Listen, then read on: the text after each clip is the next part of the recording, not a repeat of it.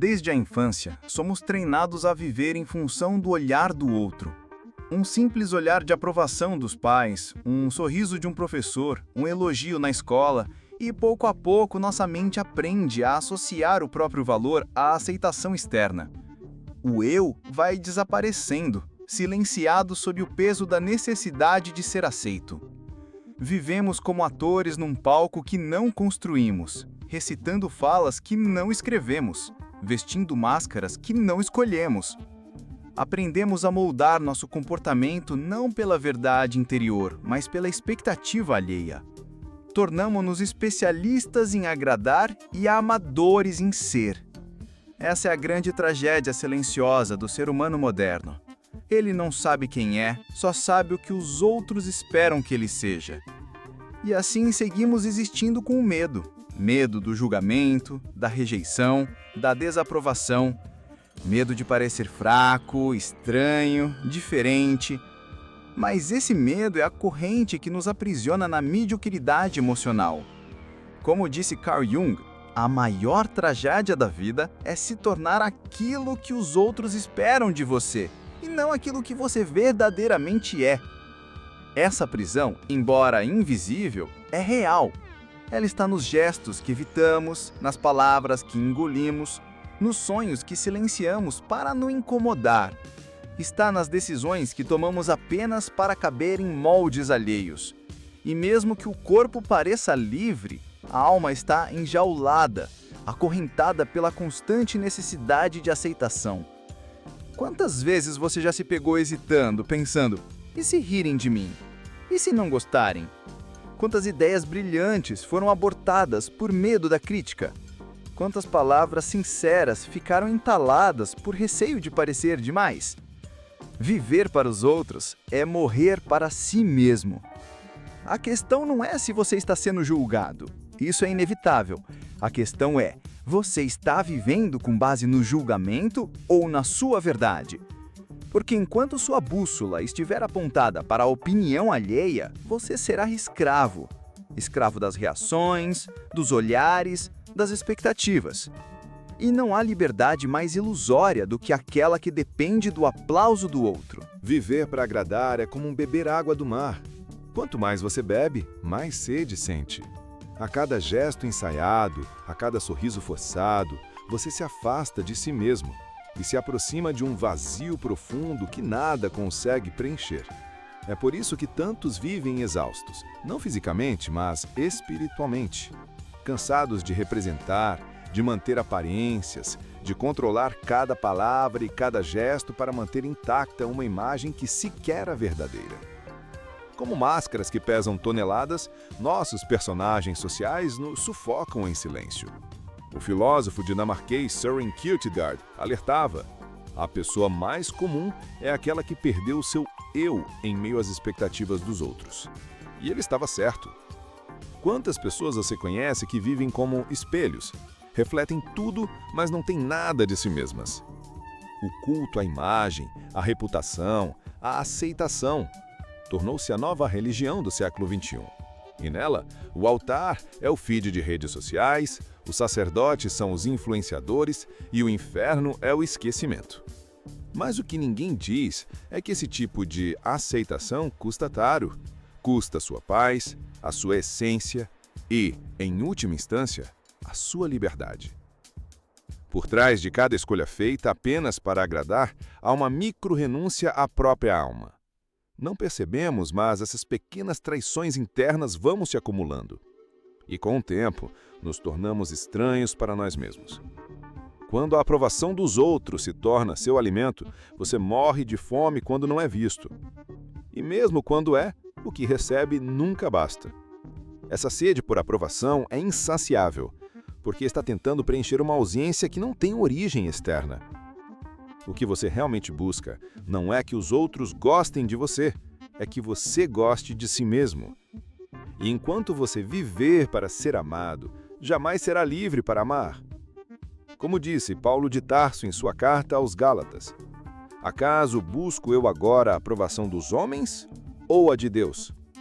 Ou estou tentando agradar a homens? Se eu ainda estivesse procurando agradar a homens, não seria servo de Cristo. Essa frase é um chamado profundo. Se você quer viver de forma autêntica, precisa escolher de quem deseja ser servo. Da verdade que pulsa em sua alma ou das opiniões voláteis daqueles que nem conhecem sua história. A liberdade começa quando você para de perguntar: o que vão pensar de mim? E começa a se perguntar: quem eu fui criado para ser? Há um engano sutil, quase imperceptível, que nos acompanha desde cedo.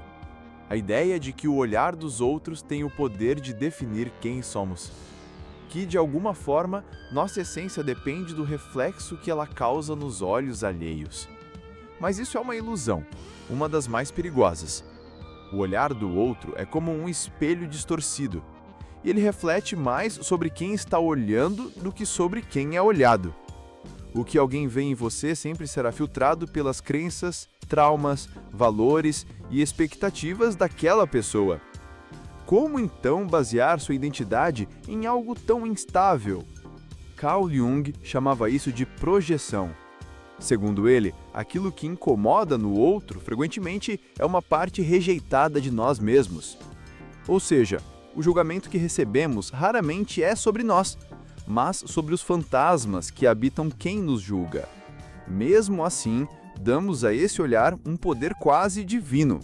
Se alguém nos elogia, nos sentimos bons.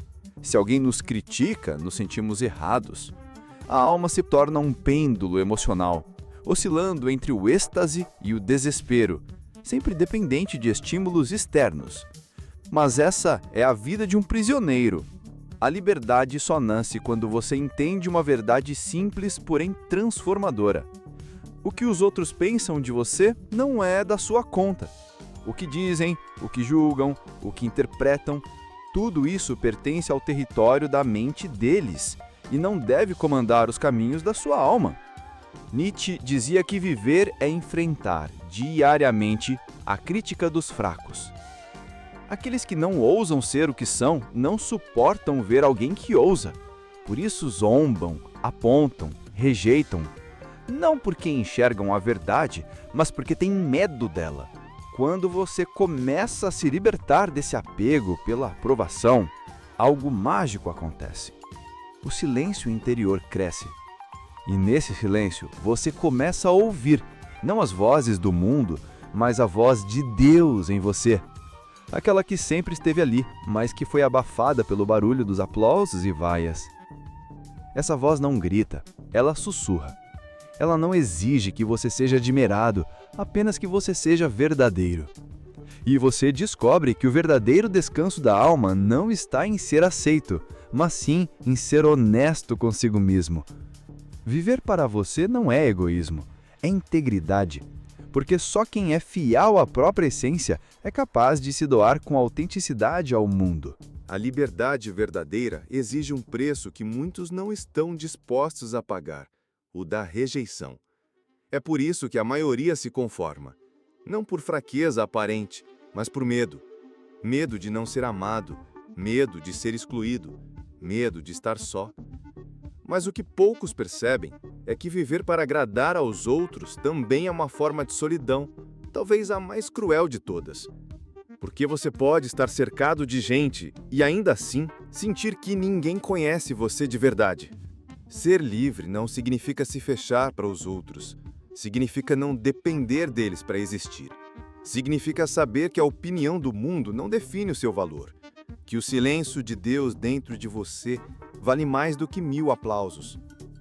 Jesus Cristo, em sua caminhada, não buscou agradar ninguém. Pelo contrário, foi desprezado, traído, incompreendido. E mesmo assim, permaneceu fiel ao que sabia ser a verdade. Isso não o tornou menos compassivo, mas o tornou imensamente livre. Ele não era condicionado pelas reações das multidões, mas guiado por uma voz interior firme como rocha. Essa é a coragem que precisamos recuperar. A coragem de não pertencer, de não caber, de não seguir o molde. Porque os moldes foram criados para quem tem medo de ser quebrado. Mas você não nasceu para se encaixar, nasceu para expandir. Como dizia Diógenes, o cínico, prefiro ser um cão livre do que um leão enjaulado. Essa frase pode soar rude, mas ela carrega um chamado. A liberdade exige humildade. Você vai ser ridicularizado, vai ser julgado, vai ser ignorado por aqueles que vivem em torno da aparência, mas ao mesmo tempo vai encontrar algo que nenhum falso elogio pode oferecer: paz. A paz de deitar a cabeça no travesseiro sabendo que você não traiu a si mesmo. A paz de falar, agir e decidir a partir de um lugar limpo, silencioso, verdadeiro. Você não precisa ser amado por todos, nem deve. O amor universal é uma mentira vendida para alimentar egos vazios. Os grandes homens e mulheres da história não foram unanimidade. Foram contestados, feridos e até mortos. Mas deixaram uma marca. Por quê? Eram reais. Quem vive para agradar a todos, morre sem deixar vestígios. A maior prisão não tem muros, tem expectativas. E o maior carcereiro não é o outro, é o medo de não ser querido. Você percebe isso quando vai dizer o que pensa e engole, quando quer revestir o que ama e recua, quando sente algo, mas finge não sentir. E tudo isso por medo. Medo de ser mal interpretado, de ser rotulado, de parecer demais ou de menos. Mas o medo de desagradar, quando crônico, mata a alma aos poucos. Torna você um personagem bem educado, mas ausente de si. Educado demais para incomodar, mas morto demais para ser autêntico. É por isso que filósofos como William Irvine sugerem que pratiquemos o desprezo consciente. Um exercício de coragem onde nos expomos propositalmente a pequenas rejeições, para treinar a mente a não tremer diante do olhar do outro. Assim como o corpo precisa de esforço para se fortalecer, a alma precisa da dor da não aceitação para amadurecer. Não se trata de se rebelar por rebeldia. Trata-se de se libertar da tirania de querer sempre ser bem visto. Comece pequeno. Diga não quando quiser dizer não. Vista o que quiser vestir. Expresse sua opinião com serenidade, mesmo que saibam que não irão concordar.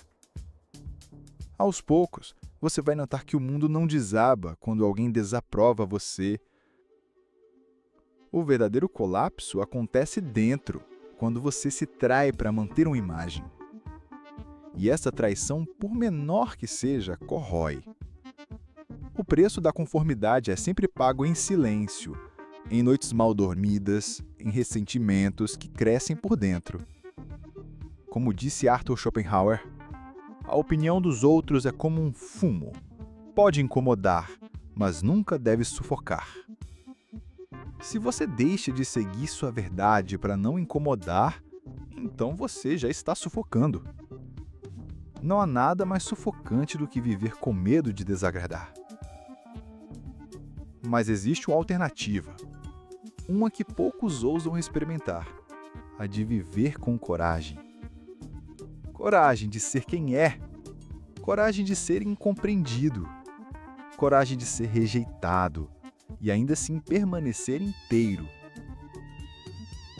Porque a rejeição do mundo, quando você é fiel a si mesmo, não é um fracasso, é um batismo.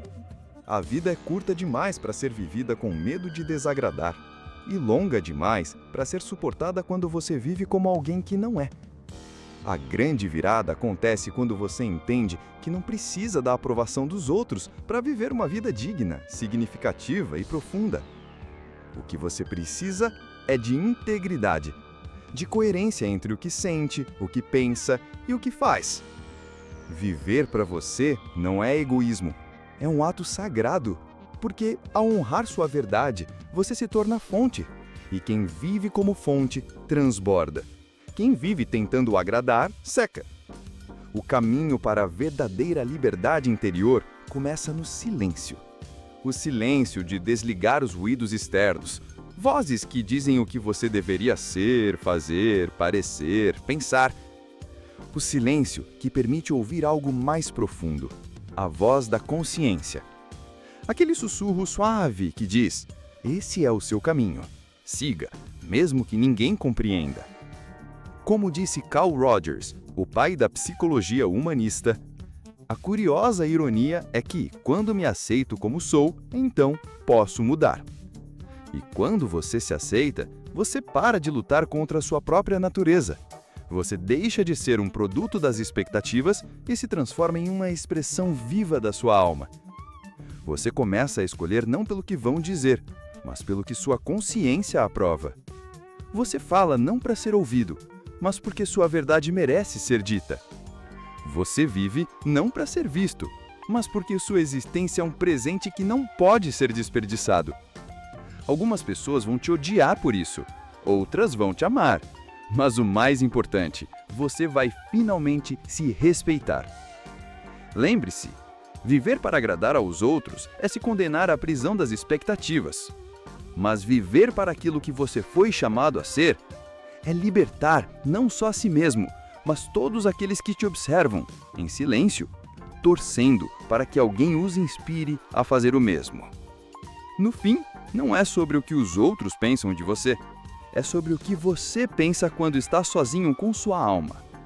E se hoje, com tudo o que viveu até aqui, você ousar ser fiel à sua essência, então você já não vive mais como o escravo. Você começa a viver como alguém que, mesmo desaprovado pelo mundo, é abençoado pela própria consciência. E não há glória maior do que essa.